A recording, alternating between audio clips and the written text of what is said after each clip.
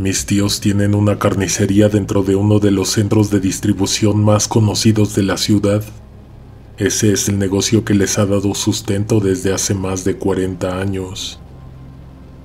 Desde que tengo uso de razón, mis primas siempre nos han recomendado que de preferencia no comamos carne. Recuerdo bien que tenía 15 años recién cumplidos cuando nos dieron la explicación. Mi hermana y yo estábamos de visita en su casa, planeábamos quedarnos a dormir. Cuando sus padres nos mandaron a la cama, ellas nos contaron la historia del porqué. Se supone que para la gente que trabaja en el sector es un conocido secreto a voces. Esto que te voy a contar podría no ser verdadero, pues no quedaron pruebas para sustentarlo, aunque tú podrías usar tu propio criterio para decidir si existe la posibilidad de que algo así haya sucedido en realidad. Sea como sea, esto no ha dejado de impresionarme desde que lo escuché por primera vez. Sucedió a finales de 1991, un día antes de Navidad.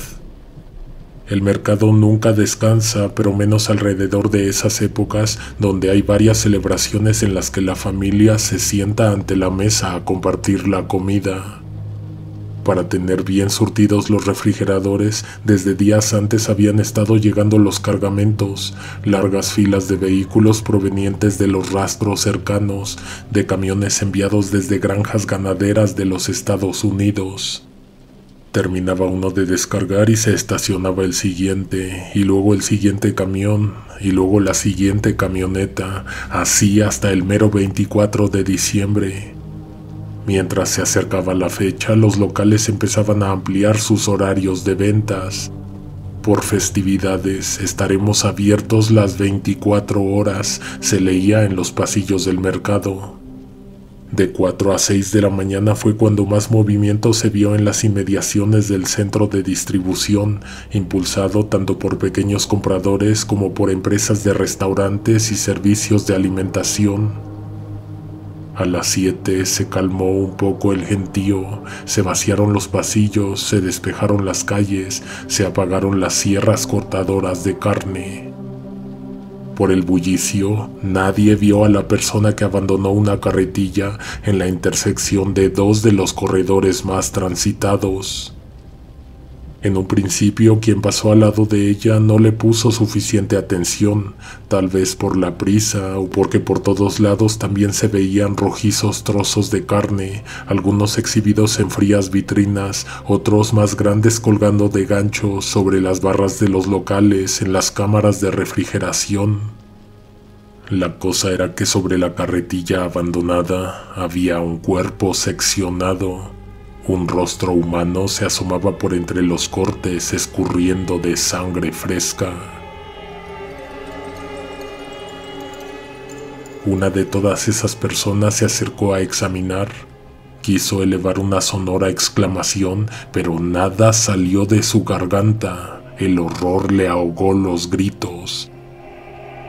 Alguien más se acercó, removió el contenido, ubicó manos, piernas, torso. En instantes se concentró en la estrecha intersección una multitud preocupada. ¿Qué pasaría si en ese momento se diera aviso a las autoridades? Lo más probable es que cerrarían de inmediato el mercado, quedando clausurado en el momento más importante para las ventas. Los comerciantes se pusieron de acuerdo para guardar el secreto y desaparecer toda evidencia. ¿Qué hicieron? Encendieron las sierras y lo pusieron a la venta.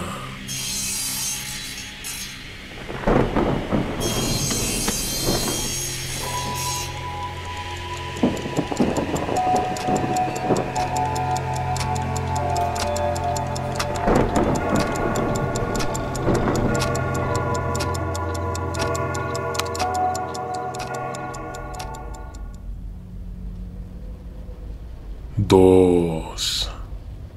La carne no olía mal, pero toda se puso negra. Cuando ésta se pudre, se llena de otros colores, se pone blanca, se cubre de verde, se hincha, le salen manchas púrpuras, pero nunca se transforma al color negro. Mis cuñadas cuentan que al abrir las cortinas su atención se fue a lo que vieron dentro de las vitrinas. Aún no las habían llenado, sin embargo dejaron algunos trozos a refrigerar. No solo las capas exteriores se veían oscuras, al cortarlas la carne también había cambiado de color. Nadie se atrevió a probarla, pero bastante bien se la acercaron a las narices y en ello no había cambio alguno, olía fresca. Abrieron una cámara que tenían al fondo de 1 por 2 metros y ahí todo también se había puesto negro. Una vecina de locales llegó minutos después a su establecimiento y encontró todo igual. Lo que tenía congelado, los pedidos que apartó la tarde anterior, las cabezas de cerdo que miraban a través de la vitrina, también se habían puesto negras. Recordando todo lo que ocurrió aquel día en conjunto, mi cuñada Leti dice que a otro compañero le llegó un encargo. La camioneta ya lo estaba esperando afuera cuando él arribó. Al momento en que iban a empezar a descargar, se dieron cuenta del mismo problema con la carne. Él todavía tuvo suerte y no la recibió, sin embargo, al no tener surtidos sus refrigeradores, tendría que permanecer cerrado ese día. Para susto de varios, él no fue el único que bajaría las cortinas. Los vendedores de los puestos de verduras vaciaron sus cajas en un enorme contenedor de desechos orgánicos. Los que comercializaban las vísceras encontraron las tripas nadando en un caldo oscuro. Cientos de kilos de carne se fueron a la basura.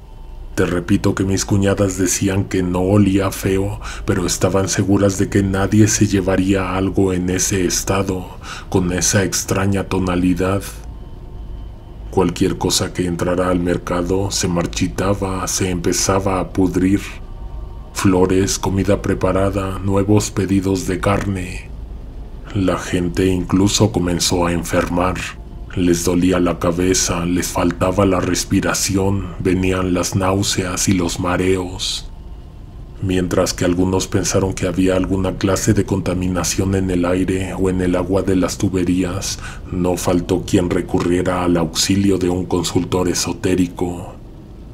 Mis cuñadas son muy devotas en su religión, por lo que rechazan cualquier acto que no comulgue con las ideas que les inculcaron en la iglesia.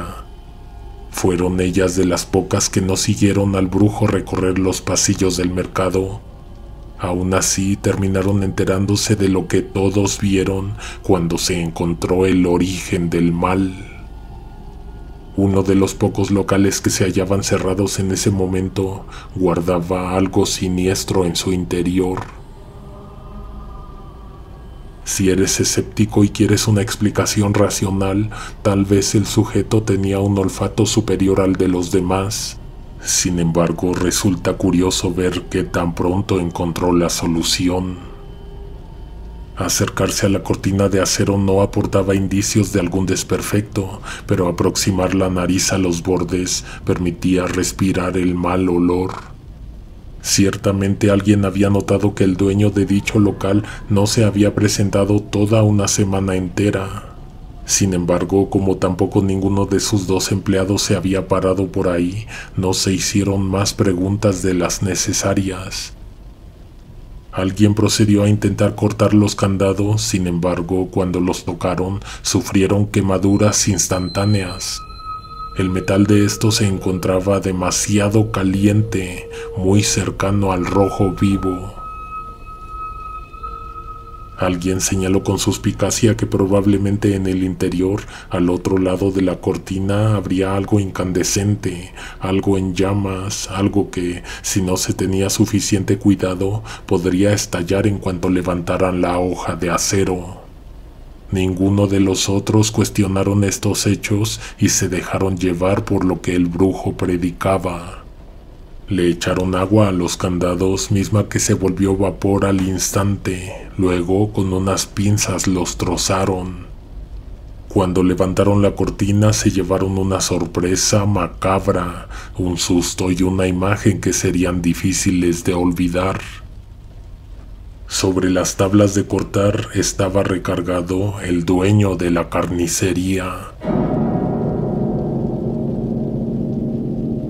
Las manos estaban sobre la vitrina, en cada una de ellas tenía clavadas velas negras que aún permanecían encendidas.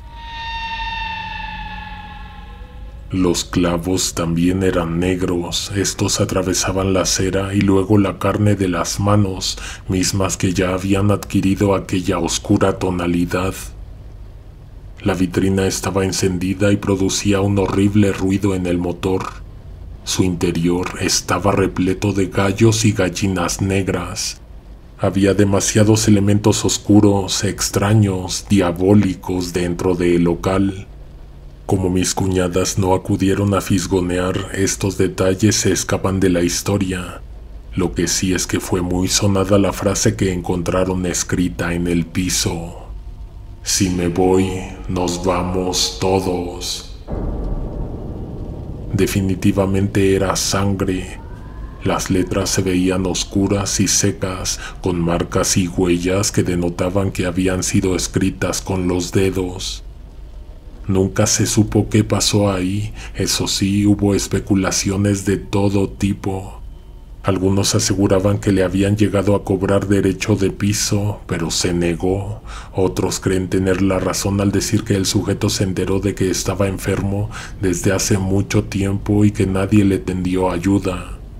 Sus compañeros dicen que por semanas ya le habían visto que tenía las manos negras, pero nadie se acercó a preguntarle. Lo que no deja de sorprender es en qué momento escribió la frase en el piso. ¿Lo habría hecho con su propia sangre? ¿Quién puso los candados por fuera? ¿Quién llenó las vitrinas con gallinas degolladas? ¿Cómo es que eso afectó a los demás comercios, volviendo la mercancía inservible? Las autoridades se encargaron de limpiar la escena y de levantar una investigación que no llegó a ningún lado. Al día de hoy el local solo se ocupa como el altar de una virgen. Nadie lo quiso ocupar para montar un comercio, nadie lo quiso rentar para otra cosa, nunca.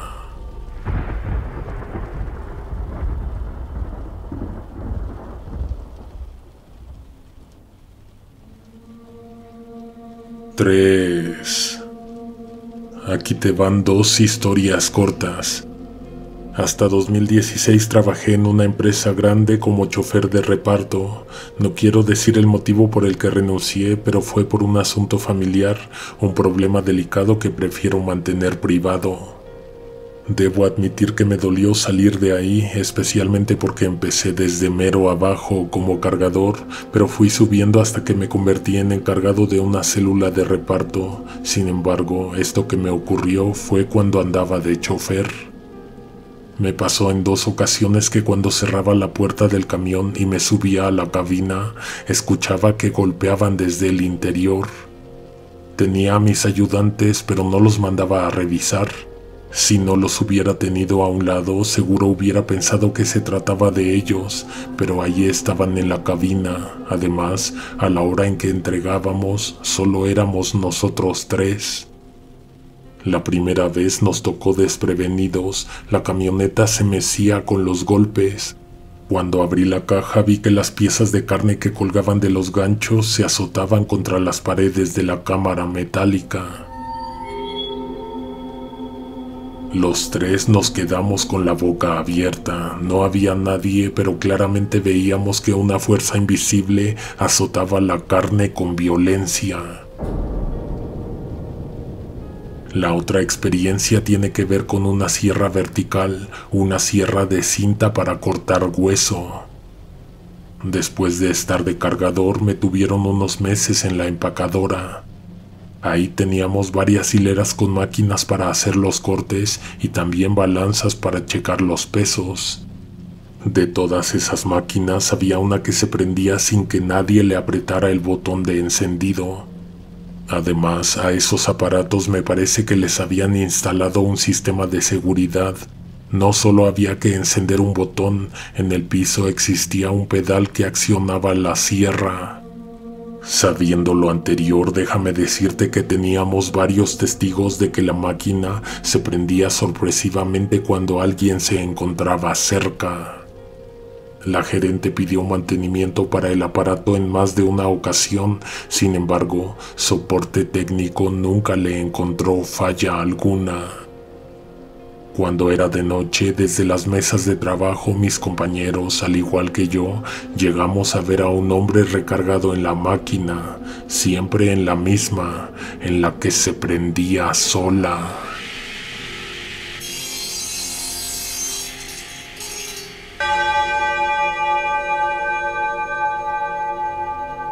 Espera pronto una segunda recopilación, ya que por lo largo de este año hemos estado recibiendo suficientes experiencias que caben en estas series. Nos haría bastante bien leer tu opinión al respecto.